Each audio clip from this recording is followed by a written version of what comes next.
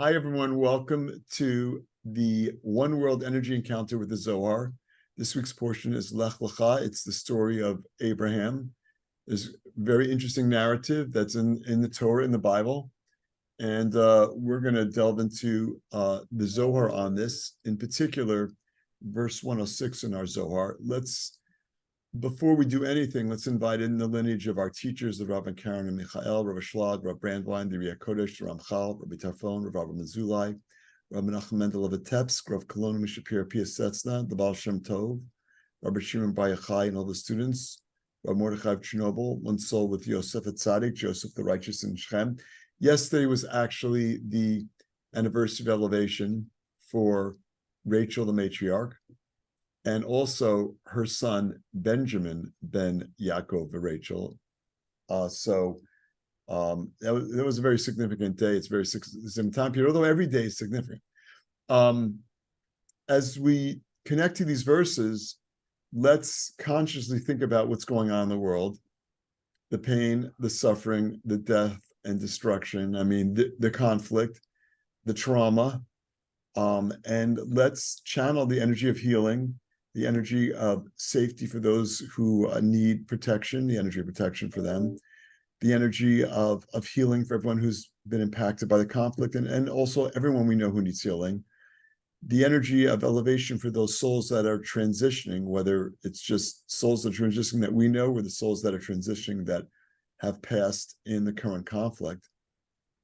And also, let's connect to the energy of Ahavat Chinam, unconditional love, and the energy of treating everyone with human decency. If we had those, we wouldn't have the conflict we have right now. There's definitely a short supply of treating everyone with human decency and unconditional love. And let's also connect the energy of removing negativity from our world, evil eye and evil speech. So this particular section deals with Abraham going to Egypt.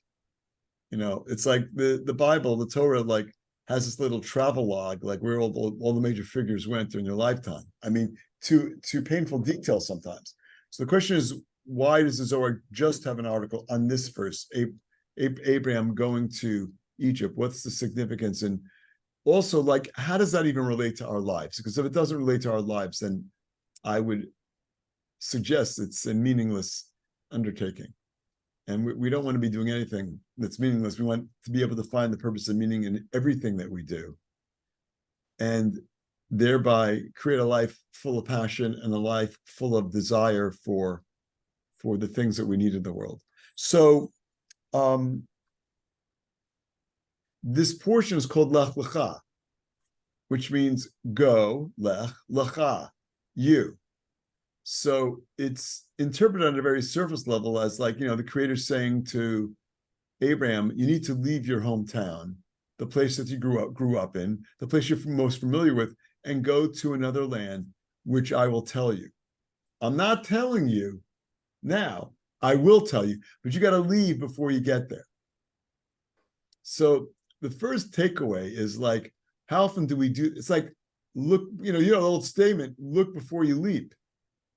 Well, the Creator is basically telling Abraham, leave before you look. That's the first thing. And so that's the question as to why. And the second thing is, instead of looking at it as Lech Lecha, like go you, it can also be read as go to you, meaning look inside. Now, if you told me 20 years ago the ultimate journey is the journey within, I would have said, okay, it sounds like some kind of like whatever stuff. But it clearly, if you're on the spiritual path, if you're on a spiritual, you realize you're on a spiritual journey, it is a journey inside. We need to look at our consciousness. We need to look at how we perceive the world, because our perceptions are shaping our reality. And so this isn't a story about some ancient figure who the Creator told to go out and start a better life. This is a message to us. We need to go not out to start the better life. We need to go in to create a different life, a different perspective, a different reality. So it's with all those thoughts that we approach the Zohar. Verse 106. Vayered Avram Mitzrayma lagur sham. My tama leMitzrayim. Elabgin deshakir legan Hashem. Dichtiv kegan Hashem keretz Mitzrayim. The taman shakir v'nachet chad nahara. Diu leyamina. Dichtiv shema echad pishon. Hu hasovev et kol eretz hachavila asher sham hazahav. So this isn't even about the initial journey that Abraham is on. The initial journey was just leave your hometown. This is, and he goes to Canaan, modern day Israel. But in this section, he's being told to leave Israel and go to Egypt. Okay. So with that we begin, Maria. And Abraham went down to Egypt, sojourned there. Bereshit 12:10. Why did he go down to Egypt? Yes, why did he go? Why is the Bible, why is the Torah telling us he went to Egypt? Why does it even matter? Go ahead.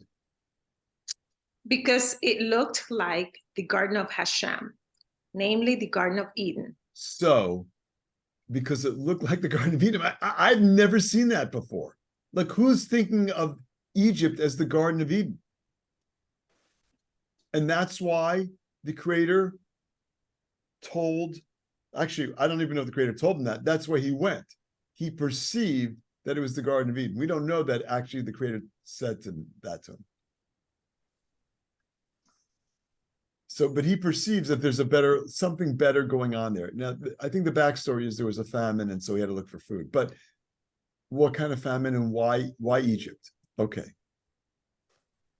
As it is written, like the Garden of Hashem, like the land of Egypt. So in the following chapter, the Torah actually says that the land makes a statement like that in some ways Egypt was like the Garden of Eden. When I think of the Garden of Eden, actually it doesn't say the Garden of Eden, it says the Garden of Hashem. Rav Shlag says the Garden of Eden. But even the Garden of Hashem, the Garden of the Creator. So like when I think of the Garden of Eden, I think, California type weather. So it's always like, I don't know, mid-70s, never rains, sun's always shining. I think of, Charlie in the Chocolate Factory. You can eat the trees, you can eat the, everything is edible. It's just a chill place. That's great. That's what I'm thinking. No disease, no pain and suffering.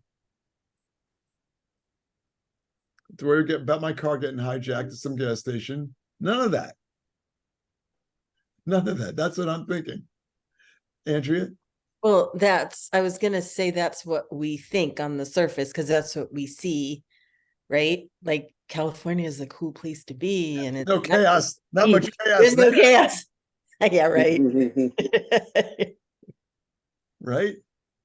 Yeah. But it is this sense of the flawless universe, which we talk about all the time. The reservoir of all fulfillment. The level of Binah. So the first benefit we have here is this consciousness of understanding what that looks like. How can we even know if we've never experienced it? Well, at some level we have. You can't think of something you haven't experienced at some level. So we have experienced it at some level. That's the first thing. But more important, relative to the chaos that's going on in the world right now, it's like this is what we're trying to channel in. Stephen Covey's 7 steps to whatever. The step 1 is have the end in mind. Where are you going? Have that in mind. So this isn't just like some kind of spiritual exercise. It is. This is what we are trying to end pain and suffering in the world. And by connecting to this Zohar, we are channeling that. Yes, Peter. Statement and a question just based on what you had said in the prelude.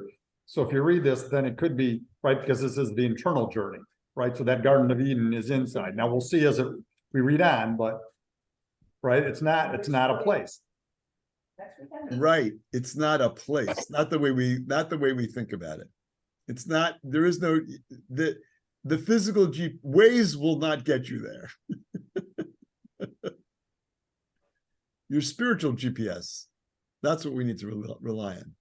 Okay, keep going, Maria. Oh, wait. Yeah, keep going. Because a river flows down on the right as it is written.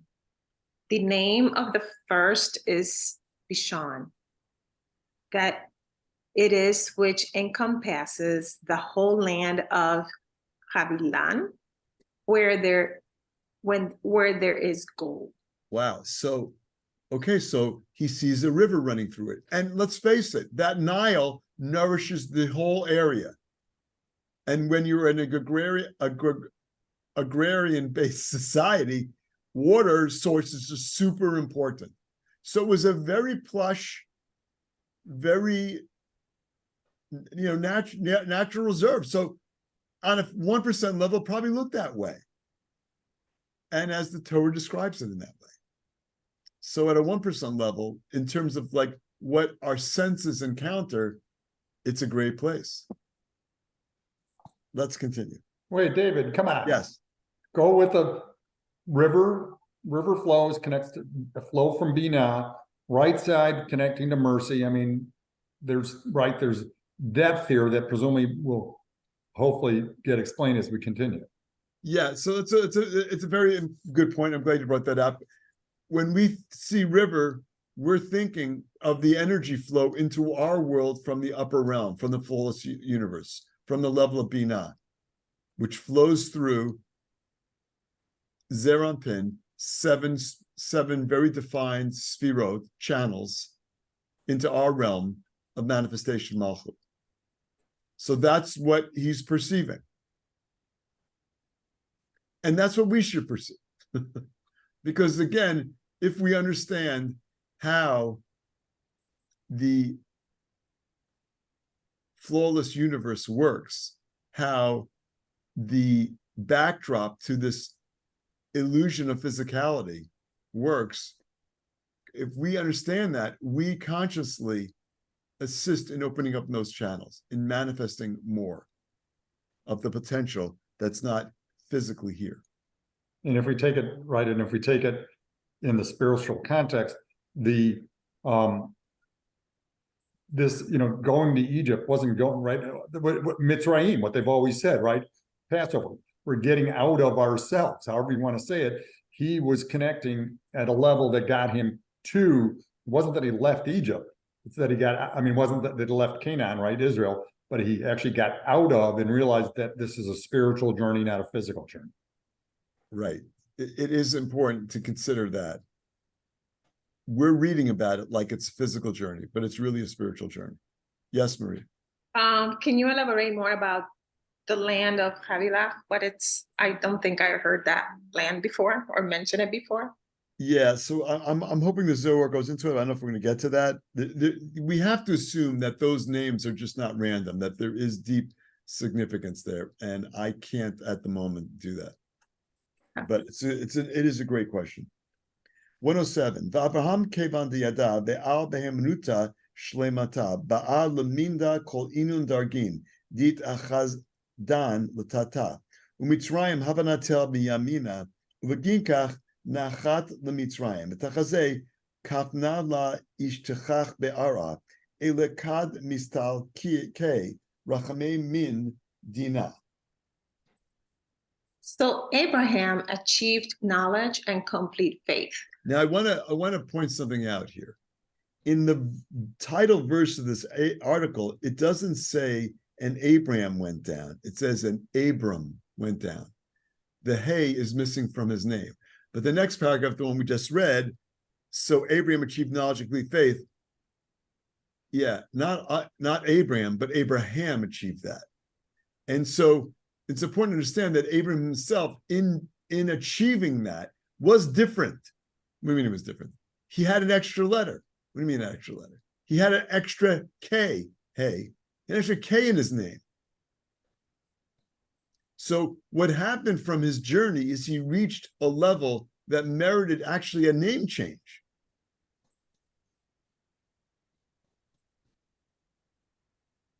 And remember that that name that you and I have is a reflection of our internal essence. I mean, my mom and dad didn't know that. No, they may not have. But one of the things our teachers tell us is one of the times in our life when we actually experience prophecy, when we pick a name for our kids. We're not picking the name. That's the part of the 1% illusion. And just to take it next level, don't assume anything that pops into your head it's not coming from your head, it's popping into your head. I know we have this 1% illusion of like, all information is stored in my head. No. It's coming from another source. And part of what we want to tap into is hearing the messages that our guides are sending us, that the universe is sending us. Hey, David, to that end, if I may, Please. Personal failing is I pray every morning as part of my prayers that I will, throughout all my interactions, that I will think and seek consciously to ask for the Creator to give me the words and whatnot. And I'm saying my failings because I can't tell you how long I spend in my ego answering the questions instead of asking the Creator in the moment for the right words. Right. Absolutely. Tem you close the door, mi amor? Absolutely. I'm doing a lot of like introductory Kabbalah teaching and workshops. And in one of those contexts, I was talking with a student who is a therapist. And she said to me that, she had a real hard time giving advice when she first started practicing. And one of the things that she does is that she just imagines that her guide is next to her and she listens to what the guide tells her. She's a brand new student. That's where she's already there. That is really fascinating. Okay, continue, please. Which refers to the nukta of Zerampin, which is called faith. Okay, so the nukva is this feminine energy. Again, when we say feminine masculine, we're not talking about gender, we're talking about energy. So the nukva is this feminine energy that's in Zerampin. So it's just above where we are at. Go ahead.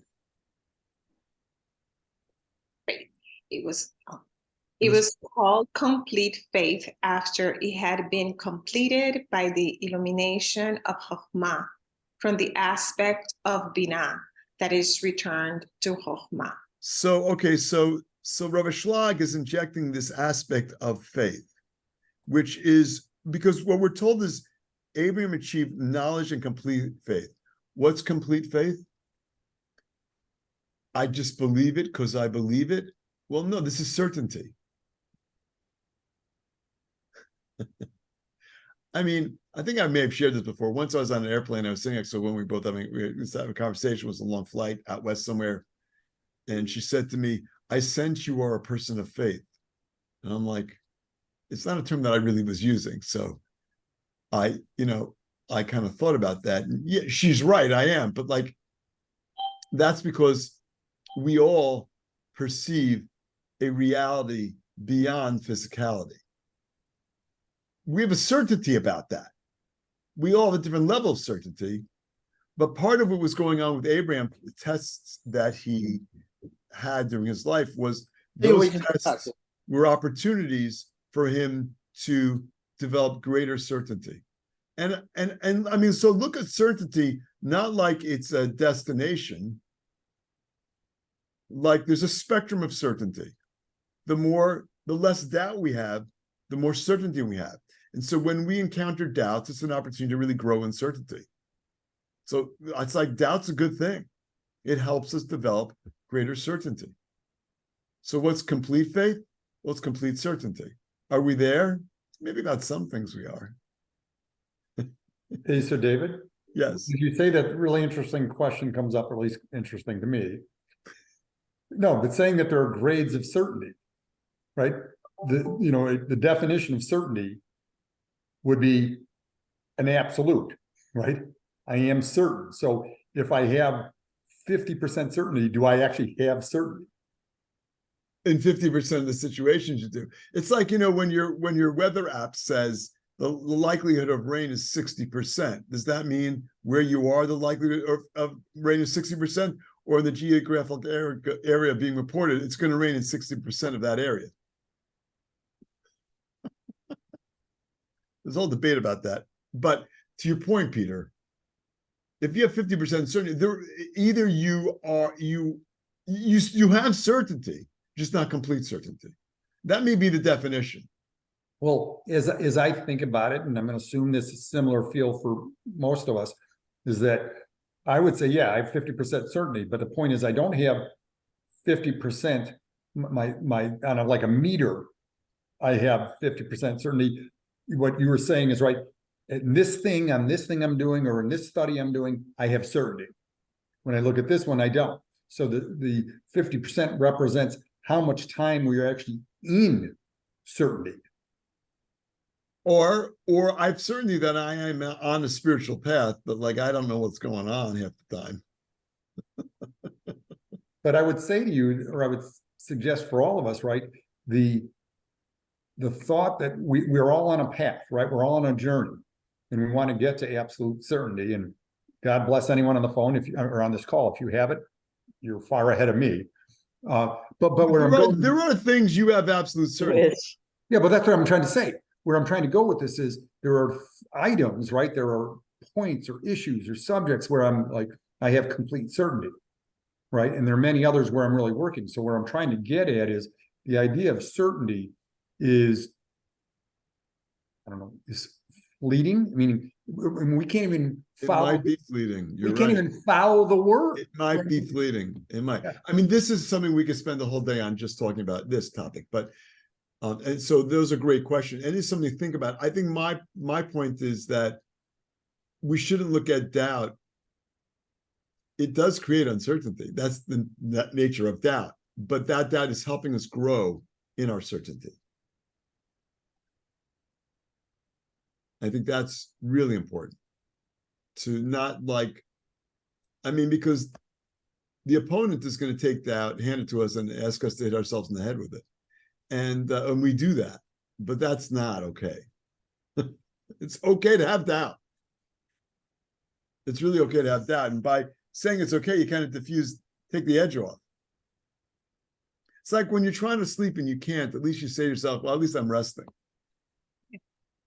There are benefits to that too. Sleep's better, don't get me wrong. But so when I'm encountering doubt, it's not where I want to be. But then again, it is helping me. But of course, Abraham had achieved complete certainty. So one of the benefits we're getting is Abraham's complete certainty. I mean, think about how it is when you're doing something and you have no experience with, but you're with someone that has a ton of experience and complete certainty in what's going on. That's why we don't do our own root canals. We hire someone to do it. It's reassuring. They know what they're doing, and the more root canals they've seen, the better off that we are. Because they have complete certainty in what they're doing. So by the same token, next level, we have Abraham, where he's here, he's right here in the Zohar, we're connecting to him, we're connecting to his consciousness, we're connecting to his complete certainty. Okay, keep going. Abraham then wanted to become familiar with all of the grades that are attached below. So something else is going on here. That grades below in the context of Egypt, what can that mean? Go ahead. This is a reference to those who can pass on the abundance from above downwards, which is the secret of Chokhmah of the right column. So, meaning, this is the idea of channeling from the level of Chokhmah into this world. A very high connection and channeling that fulfillment and that energy. And so in this context, that's what we want to be doing. That is what we're doing energetically. We need to have certainty that our consciousness actually makes a difference. I mean, that's what Chokhmah is, an aspect of consciousness. These are all parallel levels, channels for consciousness. Where does that consciousness go? Well, we hit Keter and it's like hitting a wall, because that's beyond comprehension. But Chokhmah is not beyond comprehension. It actually means like insight, knowledge. It's so fascinating that Chokhmah and Bina, the two of the top three Sfirot channels, which are very difficult to connect with, have to do with consciousness, with mind, with thought, with wisdom, with insight. Hey, David, Yes. I could share because I was reading a portion, actually I thought I was reading Lecha, and it was in Vayera this morning. And I read a section that really helps with understanding Keter that we can't understand. Because it was talking about how, like in the body and the soul, right? Our body doesn't really know that there's a soul, but our body has a sense that there's an essence that there's a soul. So it's the same thing with us in the Creator. It's something that we can never understand, but we can get maybe glimpses of the essence that. I'll tell you something I have certainty about. There are things that I don't know. I am certain there's plenty that I don't know. That there's probably more I don't know than I do know. I have certainty about that. But you're right. I mean it. And so again, this is like our exploring these limits to consciousness. It's important because we want to strengthen our consciousness in how this world works, because ultimately it's energy, and our consciousness assists us in channeling that energy, which is, why we want to set up boundaries as to where we are and what we allow into our consciousness. It impacts us. You hear a crazy story, now you're walking around with that energy. You see a disturbing video, you now have that energy in your head. You see an inspiring video, you now have that energy in your head. You walk around with a consciousness of wanting to elevate the world and the world's consciousness. That is the vibrational frequency that you are sharing, which is incredibly powerful. Okay, keep going. And Egypt came from the right, from the aspect of the river of Pishon. Okay, so a little bit insight into the river. It's from the right. It's chesed. It's mercy. Which is the secret of Chokhmah, of the right column. Because Chokhmah is right directly above chesed. It is right column. Just a note on that. It's sounding very linear. And so that's kind of limiting. It's not linear. But it's linear for us because it's easiest for us to conceive linearity because we live in a physical world and we are interpreting everything around us from a physical perspective. So we're saying right column. It is right column, but it really is this energy of chesed. Go ahead.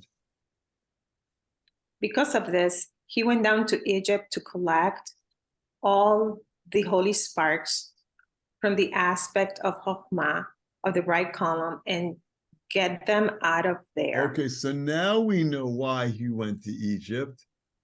There were sparks that were trapped. So, relating this to our own lives, sometimes we end up in situations because there are sparks that only we can reveal.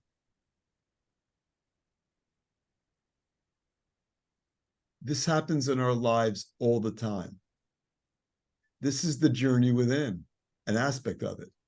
Why is this happening to me? This is happening, why? Because there is light that needs to be revealed. Yes, Ron.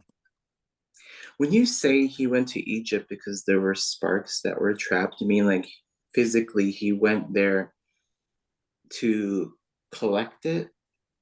Well, physically, he did go there, but that's not what we're focused on. We're focused on the journey that he took in going there. Like he took his consciousness into Egypt. Look, this is good. This is a tough one. I struggle. I mean, I struggle with this. Like, if there's no space in the spiritual realm, well, what about the space that we encounter?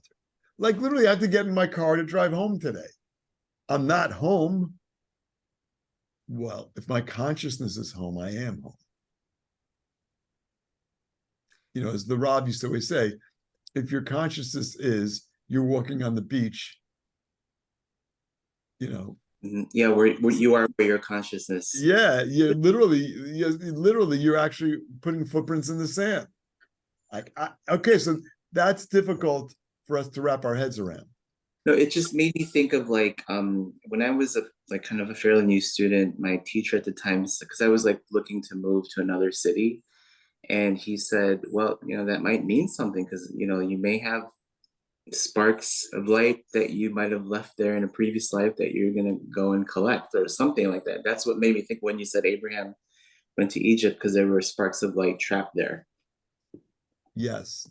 I mean, haven't you ever had the experience of like you're living somewhere and like, I don't think this is the right place. Mm-hmm. Yep. And then, you know, you kind of find your way and you find your people and you find your situations, you know, it changes, because when you have to move to anywhere new, it's unfamiliar.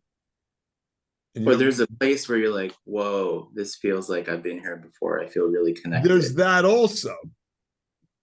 Or this is a person, whoa, I feel like I've been with this person before. And so in either example, whether it's a place or a person, it's like there's unfinished business. This is what it's about. Those sparks are like unfinished business. I need to address this. There's some kind of blockage. And so going there and having that life experience is going to open you up in ways that you would not have otherwise been opened up. I mean, you know, if you're on this path, I'm sure that's happened. I know it's happened to me multiple times. That experiences have opened me up in ways where I was blocked. You're revealing light. In some ways, they're really painful. And yeah, I don't know. I don't know if there's a way to avoid that. Yes, Suzanne. There is a way to avoid it, by the way. It's just like, you know, you embrace it. We have to embrace those processes, those circumstances that we're caught up in. Suzanne, I see your hands up, but I need you to unmute.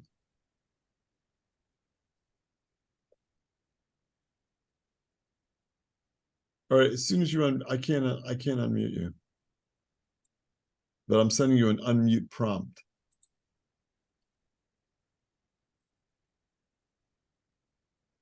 Okay. Suzanne, if you have a question, you could type it into the chat. I can pick it up there. All right, let's keep going, Maria. I think from this part, we went down to Egypt to collect all the holy sparks from the aspect of Chokhmah, of the right column, and to get them out of there. After accomplishing it's not just connecting, it's removing them from there. Yes. Where did I go? Oh, after accomplishing this, he returned to the land of Israel. Thus, he was full and completed by the mochin of Chokhmah. So when Rav Shlag uses the term mochin, you know, think like parcels of energy, light. So that's what, at a certain level, Abraham was revealing. Some kind of light that was trapped there.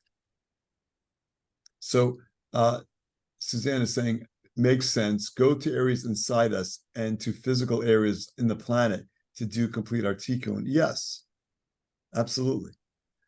You know, just in terms on a very similar level, just I have a mindset. Every time I go to Florida, it rains. No, it's not true. It doesn't work that way. I mean, that's a limiting mindset. We have them. We're just not aware of them. So when they're important enough, the universe will definitely stimulate us, challenge us, to give us help in seeing that limiting mindset so we can remove the limits. Okay, keep going. Come and behold, famine only comes to the land when mercy leaves judgment. What? Famine comes to the land. Well, meaning famine, the absence of sustenance, is a consequence of judgment. So both physical, because famine really is physical, but it's not, it's really spiritual also. So physical and spiritual sustenance, the flow stops with judgment, which is why we want to remove all judgments and refrain from judging. Not only judging people around us, we don't want to do that. We don't want to be judging ourselves. Again, that's what the opponent wants. The opponent wants us to judge ourselves because it gets us away from the work of revealing the light, of revealing trapped sparks, of revealing the best version of ourselves. Yes, Roshan.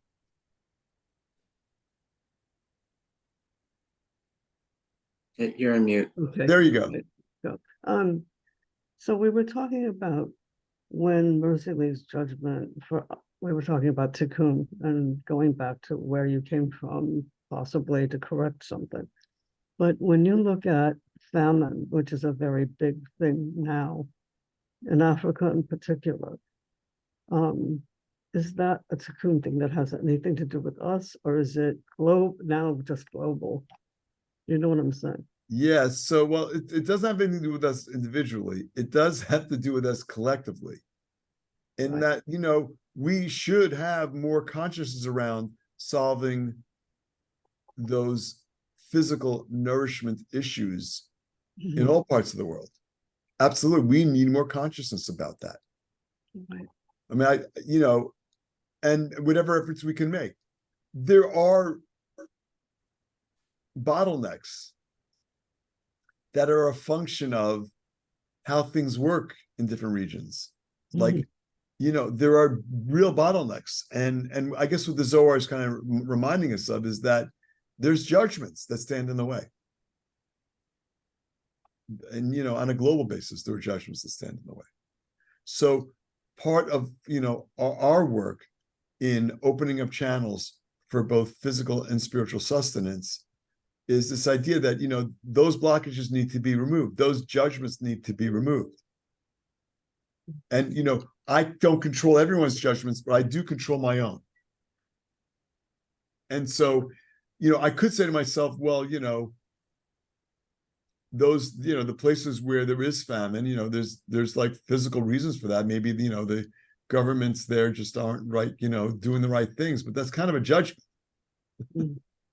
right? So I want to remove that judgment because ultimately physical and spiritual sustenance depends on the creator. And so the more we understand that it's our work in elevating our souls that helps to manifest greater sustenance for the world, the more I can do that, the more I am removing those blockages and the more I am creating a whole collective consciousness. We're talking about this now, and the studying that we're doing today and connecting to all these elevated ideas is elevating our consciousness. And the more we elevate our consciousness, the more the collective consciousness of the world elevates.